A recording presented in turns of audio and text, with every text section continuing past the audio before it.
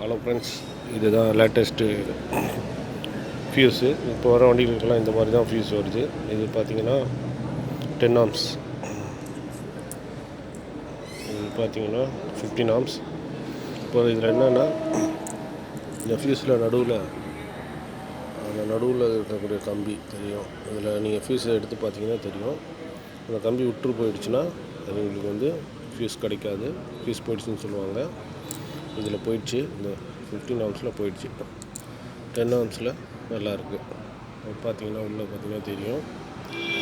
இப்போ இந்த மாதிரி நீங்கள் வெளியூர் போகும்போது இந்த ஃபியூஸ் போயிடுச்சு அப்படின்னா, ஃபியூஸ் கிடைக்காத டயத்தில் நீங்கள் இந்த மாதிரி ஒயருக்குள்ளே இருக்கிற இந்த ஸ்லீவ் 2 ஒயரை எடுத்து அதை